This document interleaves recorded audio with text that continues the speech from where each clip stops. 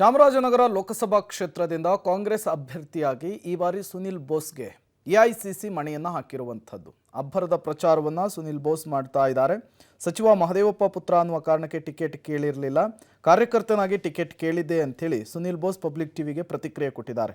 ಈ ಬಗ್ಗೆ ನಮ್ಮ ಮೈಸೂರಿನ ಪ್ರತಿನಿಧಿಯ ಜೊತೆಗೆ ಅಭ್ಯರ್ಥಿ ಸುನಿಲ್ ಬೋಸ್ ಒಂದಿಷ್ಟು ವಿಚಾರಗಳನ್ನು ಹಂಚಿಕೊಂಡಿದ್ದಾರೆ. ಏನೇನು ಮಾತನಾಡಿದ್ದಾರೆ ಬನ್ನಿ ನೋಡ್ಕೊಂಡು ಬರೋಣ. ಹಳೆದು ತೋಗಿ ಅಂತಿಮವಾಗಿ ಚಾಮರಾಜನಗರ ಕ್ಷೇತ್ರದಿಂದ ಡಾಕ್ಟರ್ ಎಸ್.ಸಿ. ಮಹದೇವಪ್ಪ ಅವರ ಪುತ್ರ ಸುನಿಲ್ ಬೋಸ್ಗೆ ಟಿಕೆಟ್ ಅನ್ನು ಫೈನಲ್ ಮಾಡಿದೆ. ಈಗ ನಮ್ಮ ಜೊತೆ ಮಾತನಾಡೋದಕ್ಕೆ ಸ್ವತಃ ಸುನಿಲ್ ಬೋಸ್ ಅವರಿದ್ದಾರೆ. ಸರ್, ಹೆಚ್ಚು ಕಡಿಮೆ ಕಳೆದ 3 ಚುನಾವಣೆಗೆ ಅಂದರೆ ನರಸೀಪುರ ಕ್ಷೇತ್ರ ಇರ್ಬೋದು, ನಂಜನಗೂಡು ಬೈ ಎಲೆಕ್ಷನ್ ಇರ್ಬೋದು, ಟಿಕೆಟನ್ನು ಕೇಳ್ತಾ ಇದ್ರಿ, ತಮಗೆ ಮಿಸ್ ಆಗ್ತಾ ಇತ್ತು. ಅಂತಿಮವಾಗಿ ತಮಗೆ ಟಿಕೆಟ್ ಸಿಕ್ಕಿದೆ.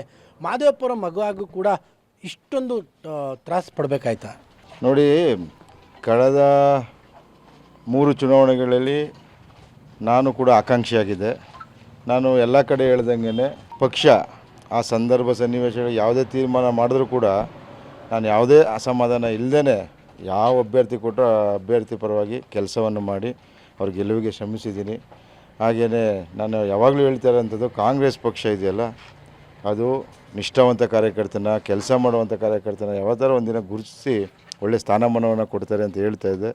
ನಾನು ಮತ್ತೆ ತಮ್ಮ ಪತ್ರಿಕೆಗಳಿಗೆ ಹೇಳಿದ್ದೆ, ನನ್ನ ಮಹದೇವಪ್ಪನ ಮಗ ಒಬ್ಬ ಸಚಿವನ ಮಗನಾಗಿ ನೋಡಬೇಡಿ, ಒಬ್ಬ ಕಾರ್ಯಕರ್ತನಾಗಿ ನೋಡಿ ನನಗೊಂದು ಅವಕಾಶವನ್ನು ಮಾಡಿಕೊಡಿ ಅಂತ ಕೇಳ್ಕೊಂಡಿದ್ದೆ. ಹಾಗೆ ಈಗ ವರಿಷ್ಠರು ನನಗೆ ಈ ಬಾರಿ ಚಾಮರಾಜನಗರ ಲೋಕಸಭೆಗೆ ಒಂದು ಅವಕಾಶವನ್ನು ಮಾಡಿಕೊಟ್ಟಿದ್ದಾರೆ. ಅವರೆಲ್ಲರಿಗೂ ನಾನು ಧನ್ಯವಾದಗಳನ್ನ ತಿಳಿಸ್ತೀನಿ. ಅಲ್ಲಿಗೆ ನಿಮ್ಮ ತಾಳ್ಮೆಯೇ ಇವತ್ತು ನಿಮಗೆ ಫಲ ಕೊಡ್ತು ಅಂತ? ಅಲ್ಲ, ತಾಳ್ಮೆ ಎಲ್ಲ ಮನುಷ್ಯರಲ್ಲಿ ಇದ್ದಷ್ಟು ಮುಂದೆ ಒಳ್ಳೆಯದಾಗತ್ತೆ ಅಂತ ನನ್ನ ಭಾವನೆ. ಯಾಕೆಂದರೆ ನೋಡಿ, ನಾವು ಇರೋವಂಥ ಒಂದು ರಾಷ್ಟ್ರೀಯ ಪಕ್ಷ, ಹಲವಾರು ಆಕಾಂಕ್ಷಿಗಳಿರ್ತಾರೆ. ಆಮೇಲೆ ಯಾರು ನಮ್ಮ ನಗರಕ್ಕೆ 8 ಜನ ಆಕಾಂಕ್ಷಿಗಳಿದ್ದರು, ಅವರು ಕೂಡ ಎಲ್ಲ ಅರ್ಹರಿದ್ದಂಥವ್ರು. ಪಕ್ಷ ಯಾರು ಒಬ್ಬರಿಗೆ ಟಿಕೆಟ್ನ ಅವಕಾಶ ಕೊಡಬೇಕಾಗತ್ತೆ. ಆದರೆ ನಾನು ಎಲ್ಲ ಆಕಾಂಕ್ಷಿಗಳಿದ್ದವ್ರು ಎಲ್ಲರನ್ನೂ ಮನವಿ ಮಾಡಿದ್ದೀನಿ. ಅವರು ಖುದ್ದಾಗಿ ಭೇಟಿ ನೀಡಿ ಯಾರಿಗೆ ಸಿಕ್ಕರು ಅವಕಾಶ ಮಾಡಿ ನಾವೆಲ್ಲ ಒಟ್ಟಾಗಿ ದುಡಿಯೋಣ. ಈ ಬಾರಿ ಕಾಂಗ್ರೆಸ್ನ ಈ ಸಲ ಆದಂಥ ಕೈಗಟ್ಟೆಯನ್ನು ಮರೆತು ಈ ಸಲ ಮತ್ತೆ ನಾವು ಗೆಲ್ಲಿಸೋಣ ಅಂತೇಳಿ ಮನವಿ ಮಾಡಿದ್ದೆ. ಎಲ್ಲರೂ ಕೂಡ ಪಾಪ ಆಯಿತು ಅಂತ ತಮ್ಮ ಕಾಂಗ್ರೆಸ್ ಹೈಕಮಾಂಡ್ ಬೆಂಬಲವನ್ನು ನನಗೆ ವ್ಯಕ್ತಪಡಿಸಿದ್ದಾರೆ. ಆದ್ದರಿಂದ ಈ ಸಲ ನಾವು ಗೆಲ್ತೀವಿ ಅನ್ನೋ ಒಂದು ವಿಶ್ವಾಸ ಇದೆ. ಮೊನ್ನೆ ಶ್ರೀನಿವಾಸ್ ಪ್ರಸಾದ್ ಅವರ ವಿಚಾರದಲ್ಲಿ ತಾವೇ ಒಂದು ಸ್ಟೆಪ್ಪನ್ನು ಮುಂದೆ ಇಟ್ಟು, ಅಂದರೆ ಯಾಕೆ ಶ್ರೀನಿವಾಸ್ ಪ್ರಸಾದ್ ಅವರು, ಮಹದೇವಪ್ಪ ಅವರು ಮತ್ತು ಸಿದ್ದರಾಮಯ್ಯ ಅವರು ಒಂಥರದ ಸ್ನೇಹ ದೂರ ಆಗಿದ್ದರು, ನೀವೊಂದು ಹೆಜ್ಜೆ ಮುಂದಿಟ್ರಿ. ಏನು ಮಾತಾಡಿದ್ರಿ? ಏನಾದರೂ ಬೆಂಬಲ ಕೊಡ್ತೀವಿ ಅಂತ ಹೇಳಿದ್ರೆ ಶ್ರೀನಿವಾಸ್? ಇಲ್ಲ ನೋಡಿ, ಪ್ರಸಾದ್ ಸಾಹೇಬರು ಈ ರಾಜ್ಯ ಕಂಡಂಥ ಒಂದು ಮುತ್ಸದ್ದಿನ ರಾಜಕಾರಣಿಗಳು. ಅವರು ರಾಜಕೀಯ ನಿವೃತ್ತಿಯನ್ನು ಪಡೆದರು. ನಮ್ಮ ಭಾಗದಲ್ಲಿ ಅವರು ಒಬ್ಬ ಹಿರಿಯ ರಾಜಕಾರಣಿಗಳು.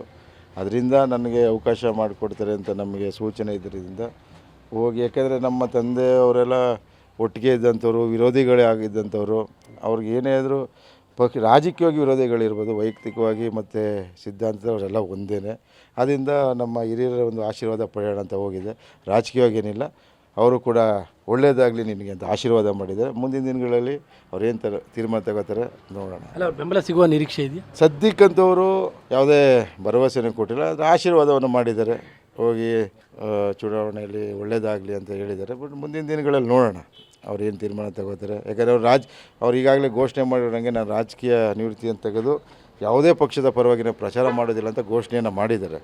ಮುಂದಿನ ದಿನಗಳಲ್ಲಿ ಅವರೇ, ಯಾಕಂದರೆ ಅವರು ಹಿರಿಯರಿದ್ದಾರೆ, ಆ ಹಿರಿಯರನ್ನ ನಾವು ಒಂದು ಆಶೀರ್ವಾದ ಪಡೆಯೋಕ್ಕೆ ಹೋಗಿದೆ ಅಂತ ಅವರೇ ತೀರ್ಮಾನ ತಗೊಳ್ತಾರೆ. ಕೊನೆಯದಾಗಿ, ತಮ್ಮ ಲೋಕಸಭಾ ಕ್ಷೇತ್ರದ ವ್ಯಾಪ್ತಿಗೆ ಸಿದ್ದರಾಮಯ್ಯನವರ ವರ್ಣ ಕ್ಷೇತ್ರವೂ ಕೂಡ ಬರುತ್ತೆ.